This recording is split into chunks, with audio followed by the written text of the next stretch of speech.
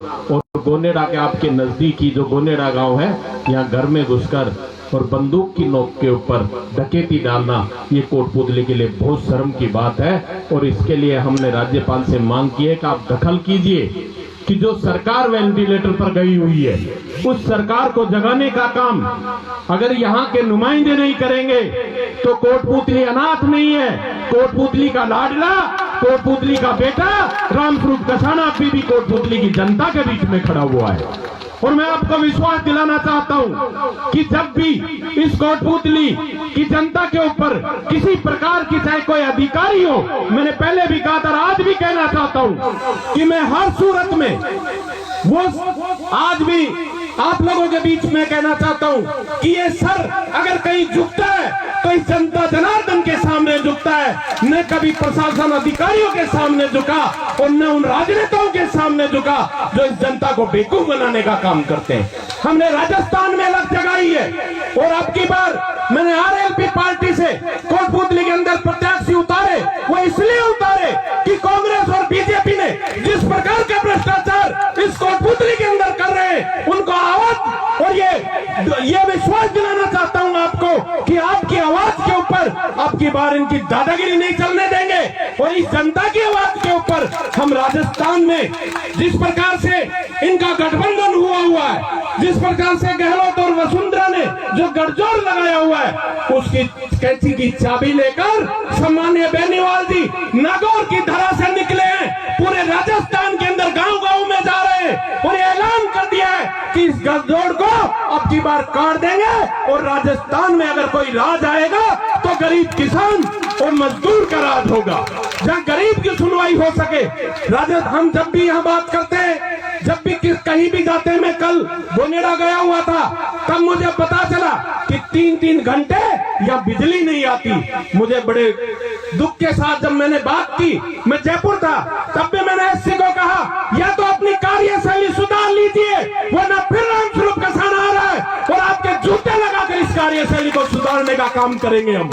मैं आपको विश्वास दिलाता हूं कि आपका सेवक था, आपका सेवक हूं और आपका सेवक रहूंगा। मेरा एक ही काम है कि कोटपुतली की जनता, इस गरीब जनता को भगवान मानकर इसकी सेवा करना, यही मेरा लक्ष्य है और इसी लक्ष्य पर मैं आगे बढ़ता रहूंगा। इस बात की परवाह नहीं रामस्वरूप कसाना को कि चुनाव के अंदर वो तीसरे नंबर पे रहे, इस बात की परवाह नहीं करता। अरे इस बात का गर्व है मुझे कि निर्दलीय होते हुए अभी मैंने 30,000 वोट सिर्फ आप लोगों के बलबूते पर लिए, आपके विश्वास के ऊपर लिए। और जितना विश्वास आपने मुझे दिखाया, मैं आपको विश्वास दिलाता हूं कि मैं उन नेताओं में नहीं जो घर जाकर सो जाए, मैं आपका बेटा बनकर आपकी गांव-गांव ढानी-ढानी के अंदर घूमकर अब की बार जब भी चाहे बीसीआर की बात हो, चाहे आए दिन, जिसमें तो एक बात पूछना चाहता हूं, यहाँ के मैंने मुख्यमंत्री को भी पत्र लिखकर कहा था कि अगर आपका प्रशासन मुस्तैद है तो फिर अवैध हथियार कहां से आते हैं?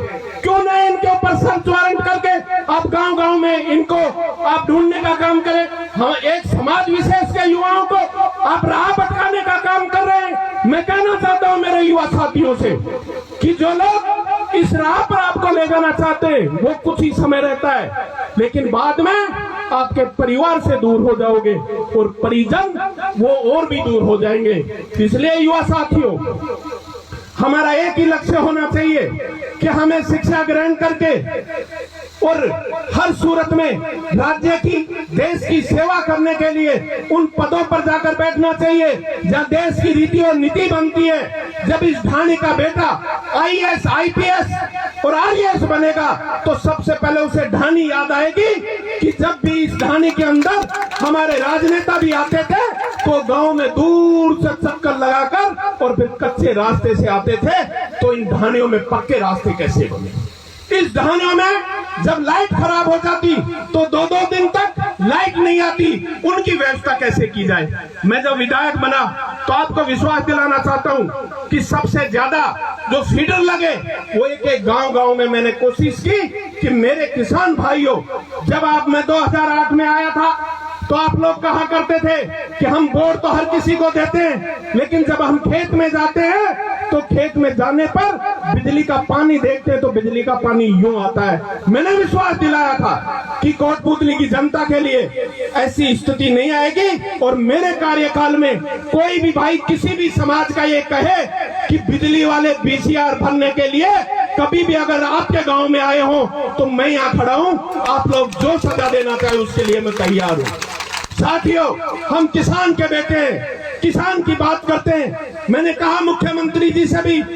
जब मेरे टाइम में बात हुई कि बीसीआर तो भरे जाएंगे, मैंने कहा किसान के बीसीआर नहीं भरे जाने चाहिए। अगर आप किसान को सिंगल फेज दे दो, पहले की बात अलग है कि हमारे किसानों के पास 100 50 बीघा जमीन हुआ करती थी, लेकिन आज वो घटकर किसी के पास 4 बीघा, किसी के पास 8 बीघा, किसी के पास 15, किसी के पास 20 हो गई, और वो भी बंटवारे के अंदर 2 बीघा कहीं बांटे आ रहे। हो गया है कि सुबह पहले हम लोग नहा धो के और अपनी बहन बेटियों को बोलते फटाफट खाना बना दो, कट जाओगा, कोटपुतली जाएगा, काम को कौन मान लिया, जानू कोट दे आवांगा सामने। अगर आप लोग नहीं रहे तो घर के अंदर अगर बहन बेटियां बैठी हुई है वो भी कम से कम बिजली को चला दे, वहां से खेती हो जाए, हमारा परिवार का पालन पोषण हो। और इसके लिए मैं तो आज भी एक ही बात कहता हूं कि संघर्ष का सलाम है, व्यक्ति या पार्टी को सलाम नहीं है। पार्टियां हमसे बनती हैं, हम पार्टियों से नहीं। आप लोगों की बदौलत हम हैं, हमारी बदौलत आप नहीं है। इसलिए साथियों,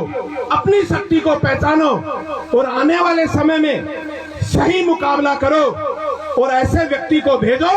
जो व्यक्ति आपकी आवाज उठा सके, आपके लिए लड़ाई लड़ सके, आपके संघर्ष में आपका साथ दे सके। इसलिए आज वैसे तो एक धार्मिक कार्यक्रम था, इसलिए इसमें राजनीतिक बातें नहीं, लेकिन मैं तो इतना जरूर कहना चाहता हूं कि आप सबने जो प्यार सम्मान मुझे सदैव दिया, मुझे आज भी याद है कि जब मैं 2008 के अंदर आया था तो बाबा सगड़ा वाल काला जबरदस्त दौड़ा बताया। आपका प्यार और सम्मान सब लोग मुझे कहते हैं और काफी लोग ये भी कहते हैं यार 8 में भी ऐसे जो मैंने कहा नहीं फर्क पड़ गया है 8 में और अब जो 2021 में फर्क पड़ गया। बोलो क्या फर्क पड़ गया? फर्क ये पड़ गया कि पहले यहाँ जितने भी बाल दिखते थे वो काले नजर आते थे, लेकिन अब सफेद आने लग गए। और ये सफेद बाल इस बात के परिचायक नहीं कि मैं बुढ़ा हो गया, लेकिन ये जो सफेद बाल आए हैं ये मेरे संघर्ष की कहानी दोहराते हैं और मुझे याद दिलाते हैं कि रामस्वरूप कसाना, तेरे संघर्ष के ये जो बाल आए हैं ये तेरे संघर्ष की कहानियां हैं। और साथियों, मैं तो आज भी आप लोगों को कहना चाहता हूं कि ये तो आपके चुनाव है पंचायत के, इनमें आपको संघर्ष को सलाम, लेकिन आने वाले समय में साथियों अगर आप लोगों ने सम्मानीय बेनीवाल जी के हाथ मजबूत किए तो मैं आपको विश्वास दिलाना चाहता हूं कि राजस्थान के अंदर जिस प्रकार की अराजकता फैली हुई है उसके ऊपर अगर कोई लगाम लगा सकता है तो सम्मानीय बेनीवाल जी ऐसे व्यक्ति हैं जो इस राजस्थान के अंदर कानून व्यवस्था लागू कर सकते हैं। आज आपने देखा होगा पूरे राजस्थान के अंदर हमारी 4-4 साल की बेटियां सुरक्षित नहीं, हमारी बूढ़ी माताएं सुरक्षित नहीं, हमारे बच्चे सुरक्षित नहीं। ये कानून व्यवस्था जिस प्रकार से चौपट हुई, आज हमारे जो नेता जिनको आपने चुनकर भेजा वो होटलों में जा जाकर छुप गए और जनता का क्या हो इससे उनको कोई लेना देना नहीं। इसलिए साथियों हम सबको सोचने और समझने की आवश्यकता है कि समय के ऊपर हम लोग बैठ जाते हैं, जातियों में बैठ जाते हैं। और भाई अरुण तो बैठा ही आपके बीच में ही, मैं तो पहले भी कहता था भाई कि जातियां हमारी हैं, हमें सबसे पहले सम्मान करना चाहिए, लेकिन कम से कम ऐसे हाथों में सत्ता नहीं देनी चाहिए जो इस कोटपुतली को यूपी और बिहार बनाने के लिए अग्रसर हो। ऐसे व्यक्ति के हाथ तोड़ने के लिए आप सबको मजबूती से खड़ा होना होगा। साथियों,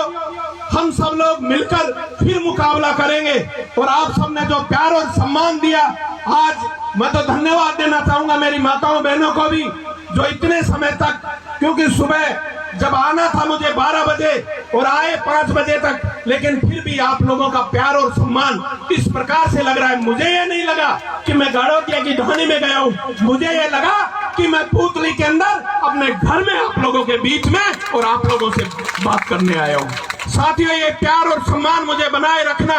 मैं तो इतना विश्वास दिलाना चाहता हूं आपको कि आपका ये बेटा रामस्वरूप कसाना ये आपको विश्वास दिलाता है कि सदा वो कार्य करूंगा जिससे आपका मान बढ़े, सम्मान बढ़े और कोटपुतली के सम्मान के लिए चाहे किसी से भी लड़ना पड़े तो ये सर झुकेगा नहीं, आपके सम्मान में उठा रहेगा। ये विश्वास दिलाने आपकी इस पावन धरा पर आया हूं। साथियों, हम सब लोग मिलकर फिर से नए राजस्थान की रचना के लिए आगे बढ़ेंगे और आप सबका प्यार और सम्मान यूं ही मिलता रहे। जय बोलो भौमिया बाबा की। आप सबको बहुत बहुत धन्यवाद। राम राम साहब।